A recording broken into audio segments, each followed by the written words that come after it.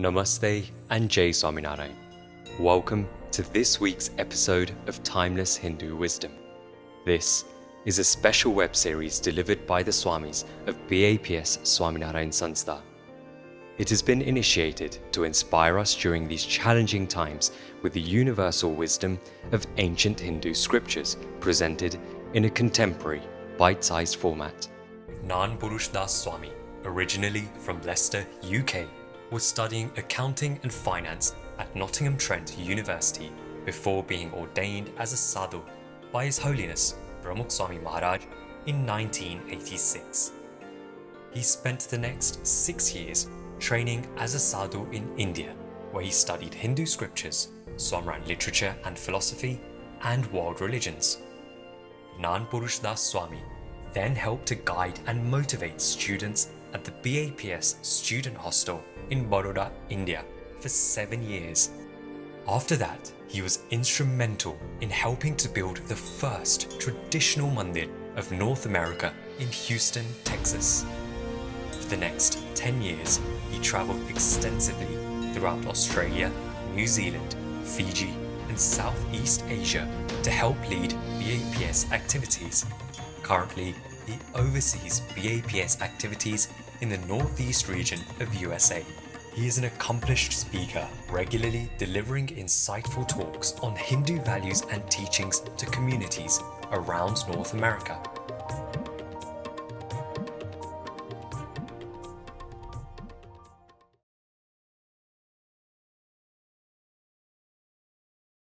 Namaste. Welcome to another episode of Timeless Hindu Wisdom based on our ancient teachings. Today, we begin a two-part series on the nature and effect of prayer. In the third chapter of the 8th skand in the Hindu scripture Srimad Bhagavad Puran, there is a wonderful story of Kajandra Moksh, which means the liberation of Kajandra, the king of elephants. It is an insightful encounter between an elephant and a crocodile, narrated by the wise sage Shukdevji to Parikshit, who was the grandson of Arjun, the great Mahabharat warrior. Gajendra, the mighty elephant king, was a strong and powerful animal, but he was full of arrogance and ego, stomping and stamping with his family through a dense forest.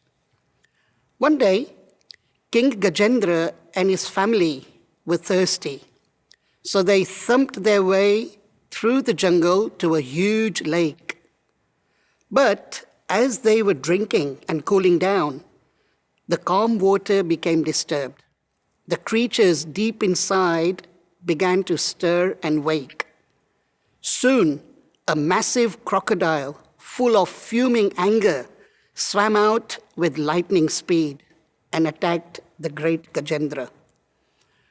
The crocodile snapped hard and caught Gajendra's front foot. The elephant roared in pain, but he could not retreat. A battle began. The mighty Gajendra used all his strength to try and get out, but the crocodile was incredibly strong in water. Its power was beyond match. King Kajandra pushed away with all his strength, but the crocodile pulled him back. It was such a frightful sight. The scriptures say that the duel lasted for over 1,000 years. Gajendra still believed that he was the strongest, and so he fought with all his might, thinking that he could break free. But the crocodile was fierce and would not be defeated so easily. His grip only tightened, leaving Gajendra hopeless. Gajendra's family and friends came together to help him, but nothing worked. The other elephants realized that Gajendra would soon die, so they left him to fend for himself. Not surprisingly, Gajendra felt his strength fading, and he began to tire.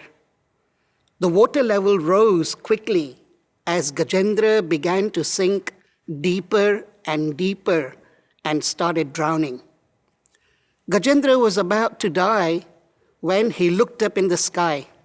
Finally, he accepted that he was powerless, that his own effort fell short, and now with nowhere else to turn, he realized that only God could save him. And so he surrendered completely. He placed himself at the feet of God, renouncing his arrogance and his ego.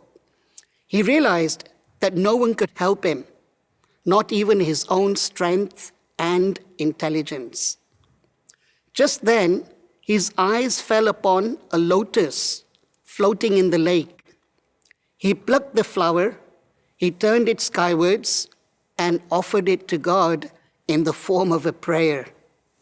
Surdas, a 16th century blind devotional poet and singer, has beautifully expressed Kajandra's grief in a Hindi poem in praise of Krishna Bhagwan.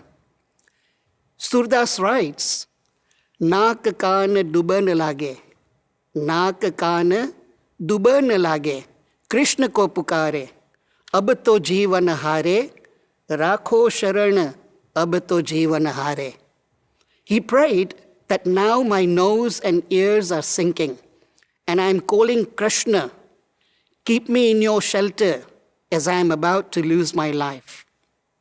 Kajandra's heartfelt prayer reached God in the heavens, who rushed to his rescue and crushed the crocodile in one swoop. He was freed at last from the jaws of death and despair. Shukdev Ji notes that God was extremely pleased with Kajandra's humble prayer, and he took him to his abode where he lived very happily. The legend of Kajandra Moksh serves as a lesson of life for all those aspiring to understand why and how humans pray. All of us, at some time or another in our lives, have offered prayers. For example, back in our school days, we must have prayed to pass an exam or a test that we felt was beyond us. Furthermore, as children, most of us must have prayed silently for things that we craved or for situations that we would have in our favor. The truth is, what makes the children pray often makes the adults pray. Obviously, their problems may be different.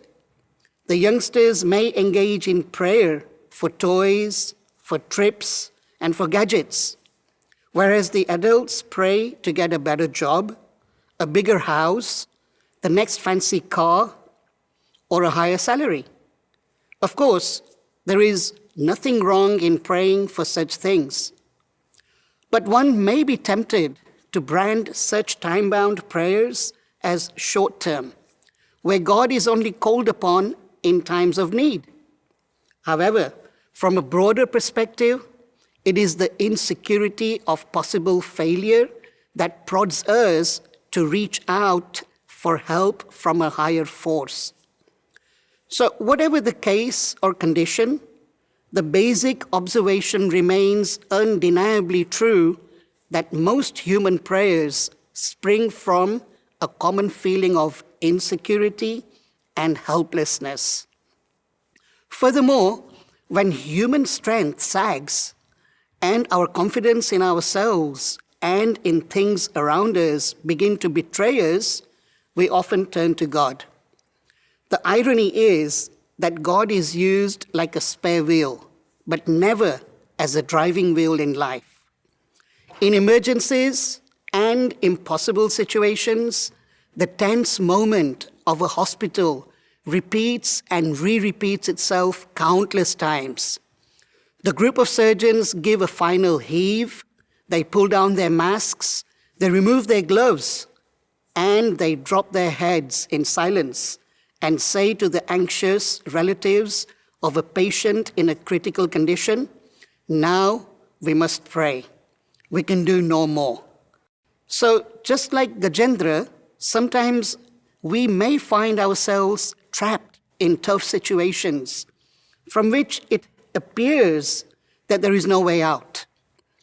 So in those moments, it's easy to feel like all hope is lost. But during those challenging times, we naturally make a plea for a higher help.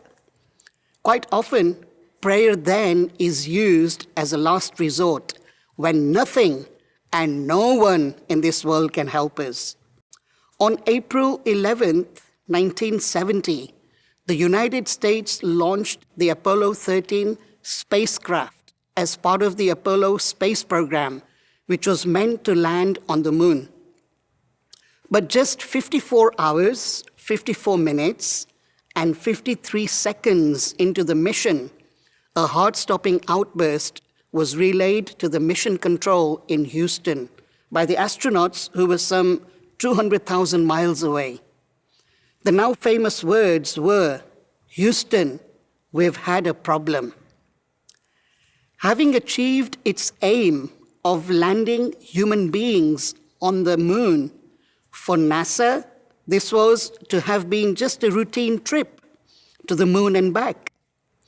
Routine, that is, until oxygen tank number 2 aboard the spacecraft exploded.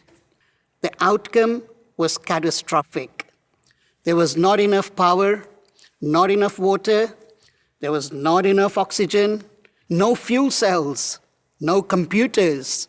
As a result, there was no guiding system and communication was limited. It was like a sinking Titanic in space. Even President Richard Nixon addressed the world.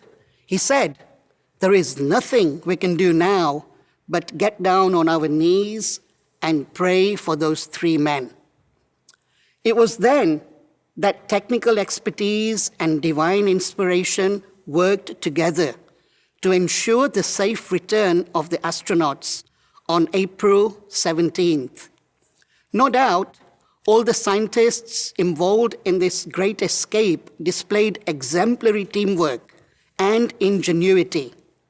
But there was an unseen force adding to their efforts and helping them. It was the divine force of prayer. Prayer has often found a route to a successful outcome where other measures have failed. In the rescue of Apollo 13, this was also the case. One of the astronauts, James Lovell, also said that I think we had some divine help in this flight. And in an article entitled, "What Really Happened to Apollo 13, Jerry Woodrill, who worked as a mission alarm systems engineer, recognized the prominent and indispensable part that prayer played in the successful rescue of that mission. In the article, he says, "Many might regard the rescue as the spiritualizing of a dramatic event for the sake of religion." He said, "I would agree with that, had I not found most of the evidence to the contrary." And he said that the New York Times reported special prayer services at the time. He also mentioned that prayers were said at the Chicago Board of Trade, and prayers for the Apollo 13 crew sounded at the Wailing Wall in Jerusalem. Even the United States government realized the necessity of prayer, and so Jerry Woodrill writes, "The United States Senate adopted a resolution urging prayers." He also said that his wife had a bracelet and a medallion, which was bought at the Space Center exchange store shortly after the successful 1970 rescue. And on that coin, there was a picture of hands praying with the words, "Apollo 13, the whole world prayed." Kajandra's story is quite startling in the sense that it draws a sharp and clear focus on human nature. We stubbornly try to solve all our problems without the help of God or prayer. But sooner or later, we confront a series of stalemates where we exhaust ourselves. Abraham Lincoln, probably the most respected president of America, once said, "We have become too proud to pray to God that made us. We rely too much on ourselves and too little on God." It can be seen very clearly from the story of Kajandra that he relied too much on his own strength and intelligence. He believed that he was invincible and he could easily break free just by himself. But he came across a situation unknown to him in which his strength, his intelligence, his power, and all the experience was totally inadequate.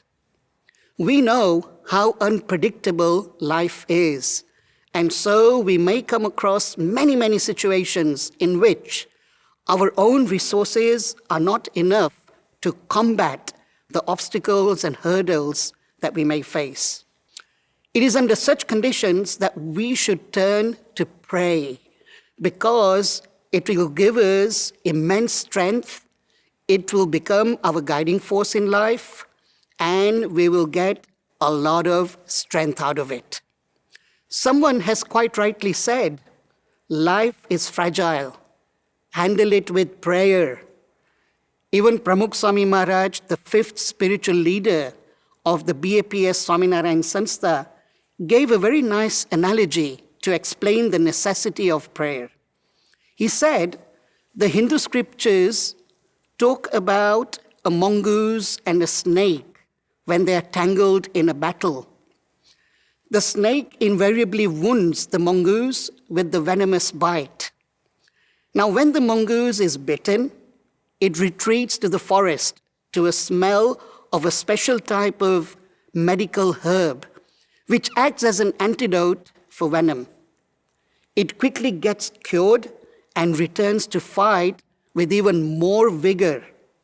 Similarly, Swami Shri says, if we do something wrong or we make a mistake in life, we should pray to God for forgiveness and for strength.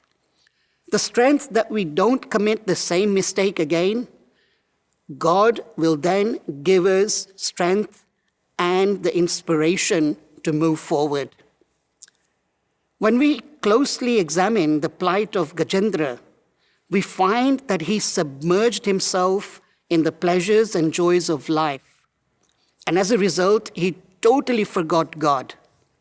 We too sometimes wake up in the morning and rush right into the day. We have so much to accomplish that we don't have time to pray. But this story tells us that we should pray every day. Imagine how much strength we can draw from a routine that includes daily prayer. Eisenhower, America's hero of the Second World War, who later became the president, declared, "Personal prayer, it seems to me, is one of the basic necessities of life, as basic to the individual as sunshine, food, and water." The most amazing of human achievers have admitted to the practice of daily prayer as a cornerstone of their lives. For example, the Irish actor and producer Pierce Brosnan said, "Prayer helped me with the loss of my wife to cancer. Now prayer helps me to be a father, to be an actor, and to be a man." Steve McQueen, one of Hollywood's biggest box office attractions, was sadly diagnosed with terminal cancer on December 22nd, 1979. And as a result of it, he died less than a year later at the age of 50. But it was his faith which had given him enormous strength to face the greatest challenge of his life. Finally, the legend of Kajandra Moksh echoes the fact that no matter how strong or powerful we are, we still need to pray. We still need God. We still need faith and spirituality in life. Victor Hugo, the French poet and writer, put it aptly when he said, "There are times in a person's life when, regardless of the attitude of the body and mind, the soul is always on its knees in prayer." Kajandra was not an ordinary elephant. He was the king of elephants, capable of defeating any creature in the jungle with his mighty strength. But even he was humbled by a fierce crocodile. In the Indian epic Mahabharata, Arjun has been described as Narottam, the best amongst all humans, supremely wise, highly intelligent, a fearsome warrior, and a person who had conquered sleep. But even he was utterly confused during the battle of Kurukshetra, and finally he surrendered at the feet of God, and he said, "Guide me, O Lord." Powerful people throughout the course of history have positively applied a secret and silent force of prayer that has helped them through life's toughest situations. For example, President Abraham Lincoln was seen many times praying out in the battlefield during the American Civil War. On the night of June 6, 1944, President Franklin Roosevelt of the US went on national radio to address the nation for the first time about the Normandy invasion. His entire speech was nothing but a form of prayer. And during the Second World War, when those 300,000 soldiers had to face the German army for the D-Day, General Eisenhower's last words were, "The hopes and prayers of liberty-loving people everywhere march with you. Let us beseech the blessing of Almighty God upon this great and noble undertaking." Even in the medical field, where one relies on one's own expertise and experience, people have applied prayer to help them. Dr. Robert J. White was a reputed neurosurgeon in the United States, one of the top reputed neurosurgeons. He was the co-chairman of neurosurgery at the Medical University in Cleveland, Ohio. In his career, he had done more than 10,000 brain operations. It became a common phrase that Dr. White never operated, but his confidence did the job. Such was the man's confidence in the operating theater. Yet, even he disclosed in an interview in the Reader's Digest October 1978 UK edition, he said that "I pray a great deal, especially before and after surgery. I find praying satisfying. I feel that there are immense resources in praying, and I need and want those resources." People of science and technology have also used faith and prayer to help them along the way. Charles Steinmetz, an electrical engineer and the pioneer of air conditioning systems, once noted, he said that "I think the greatest discoveries will be made along spiritual lines. And someday, people will realize that material things do not bring happiness. Then the scientists of the world will turn their laboratories over to the study of God and prayer. And when that day comes, the world will see more advancement and progress in one generation than it has seen in the last 4.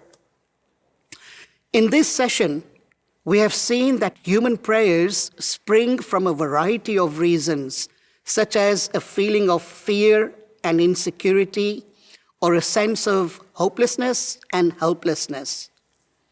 By and large, we just pray to God in times of need. But even though we may lack sincere faith, it is comforting to know that God has sincere faith in all of us. God is ever compassionate, so he never turns his back on us. He helps us despite our follies in faith. Next time, we will go on to understand how to pray more effectively. Namaste.